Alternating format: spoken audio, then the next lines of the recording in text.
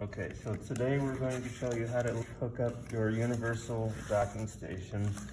In the box you'll have instructions, and you'll have a power cable. And we'll go ahead and take that out of the bag. And just sit it there. And you will have the docking station.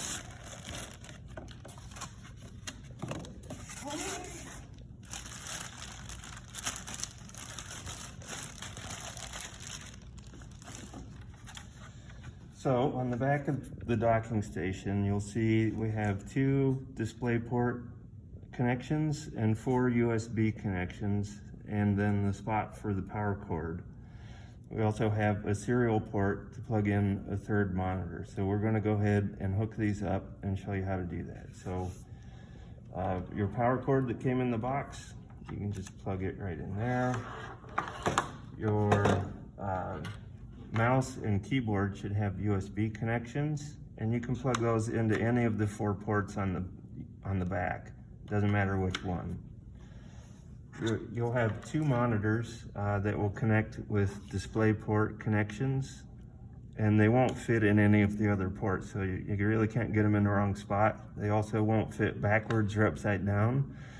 They only go in one way, so you can connect both of those. And then if you have a 3rd monitor, you'll connect that with the serial port connection, and it'll go right here, and then you can just screw those in. So the last thing I want to show you is on your monitor, the other end of the cable is going to plug into also DisplayPort, and it'll only fit in this one spot. So you can plug it in right there. If you're going to have a 3rd monitor, then you would screw the other end of your blue cable into this serial port.